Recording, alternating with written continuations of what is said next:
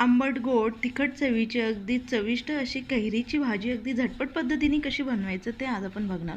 तुम्ही बघू शकाल अगदी सुरेख असा आपल्या भाजीला कलर आला आहे. तेवढीच चविष्ट अशी आपली ही लग्नाच्या पंक्तीमध्ये अगदी तशी असते तशीच आज आपण अगदी सोप्या पद्धतीने घरी कशी बनवायची ही भाजी ते बघणार आहोत. तर सर्वात प्रथम काय करणार आहोत, ज्या आपल्याला भाजी बनवायची ना त्यासाठी आपण गावरानी कैरी ही वापरणार आहोत. ही कसं असतं, हिचं साल थोडं जाड असतं, अगदी टणक असतं आणि त्यामुळे काय असतं आपली भाजी ओव्हरकुक ती होत नाही. पुन्हा आणखी ही कैरी चवीला अगदी आंबट असते आणि त्यामुळे आपल्या भाजीला अगदी छान अशी ती चव येते. तर ज्यावेळेस आपण आता ही सुरीच्या सहाय्याने कैरी कट करतोय तर तुम्ही बघा अगदी कडक अशी ती जाते.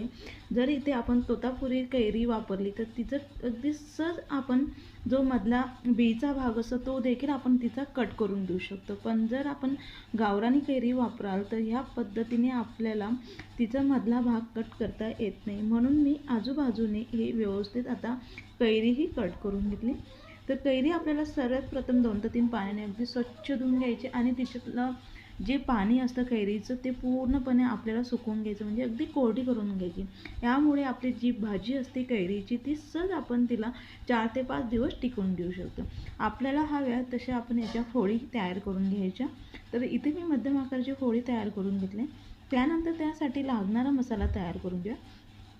खलबत्त्यामध्ये सर्वात प्रथम मी 3 ते 4 चमचे 3 ते 4 लसणाच्या पाकळ्या, अर्धा चमचा जिरे आणि 3 ते 4 यामध्ये लवंग हे घातले. जर आपल्याकडे अख्खे धने असतील ते देखील आपण यामध्ये वापरले तर अगदी अप्रतिम चविष्ट अशी आपली भाजी ही तयार होते. तर हे संपूर्ण ह्या पद्धतीने आपल्याला छान जाडसर याचं वाटण हे तयार करून घ्यायचं. आता आपला ह्या मसाला तयार झाला आहे. साईडला कढई गरम करून घ्या. त्यामध्ये गरजेनुसार तेल आपल्याला गरम करून घ्यायचे. थोडंसं आपण नेहमीपेक्षा यामध्ये जास्तीचं तेल हे वापरणार आहोत. तेल हे प्रिझर्वेटिव्हचं काम करतं, म्हणून इथे मी ही भाजी अगदी सहज आपण 4 ते 5 दिवस टिकून देऊ शकू म्हणून थोडं नेहमीपेक्षा जास्तीचं तेल हे वापरते.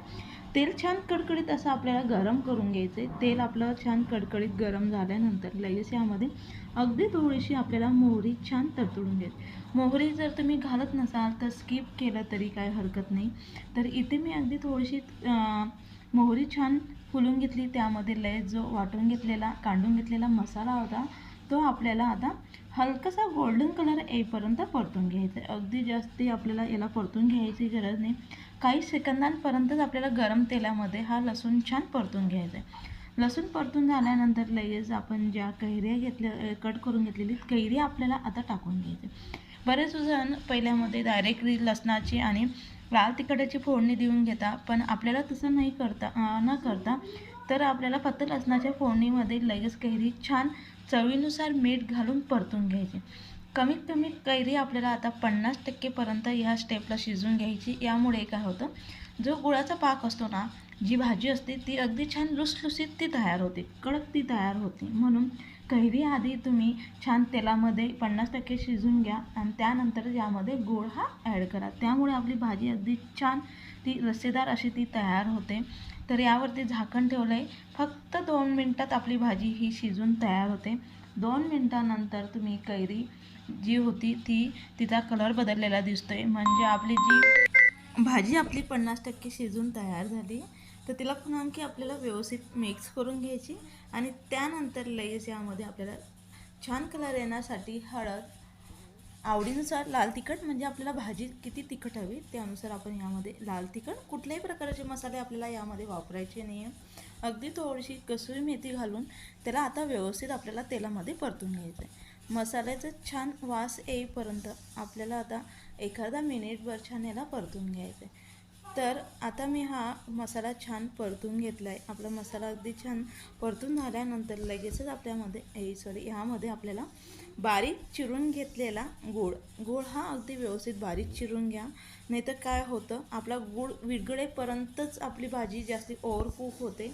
म्हणून गुळाचे जे असतात खडे ते तसेच राहतात. म्हणून काय करायचं, गूळ छान व्यवस्थित बारीक चिरा आणि तो यामध्ये वापरा, म्हणजे गुळाचं पाणी होईपर्यंत आपली भाजी अगदी परफेक्ट शिजून तयार होते. तर गरजेनुसार यामध्ये गूळ टाकून घ्या. आपल्याला आंबट गोड कशी हवी भाजी त्यानुसार आपण गुळाचं प्रमाण कमी जास्ती करून घेऊ शकतो. तर गूळ हा भाजीमध्ये व्यवस्थित मिक्स केला आहे. त्यावरती झाकण ठेवून 2 मिनटं आपल्याला पुन्हा आणखी या गुळाच्या पाकामध्ये ही कैरी छान शिजवून घ्यायची. जास्ती वेळ अजिबात कैरी शिजायला लागत नाही. अगदी पूर्ण भाजी बनवेपर्यंत आपल्याला 4 ते 5 मिनटं लागतात. तर पाणी जे गुळाचं पूर्णपणे पाणी झालेलं आहे दिसतंय, छान ग्रेव्ही आपल्याला दिसते. तिला व्यवस्थित आता मिक्स करून घेऊया. लगेचच गॅस हा बंद करायचा आणि अगदी छान अशी आपली लग्नाच्या पंक्तीतली अगदी स्पेशल अशी खानदेशी पद्धतीची अगदी छान आंबट गोड झणझणीत अशी अगदी छान आपली कैरीची भाजी तयारी.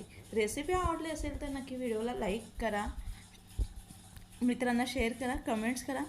व्हिडिओ आवडला असेल तर चॅनलला सबस्क्राईब करायला विसरू नका, जेणेकरून नवनवीन व्हिडिओ अपलोड केले तर सगळ्यात आधी त्याचं नोटिफिकेशन हे तुम्हाला मिळेल.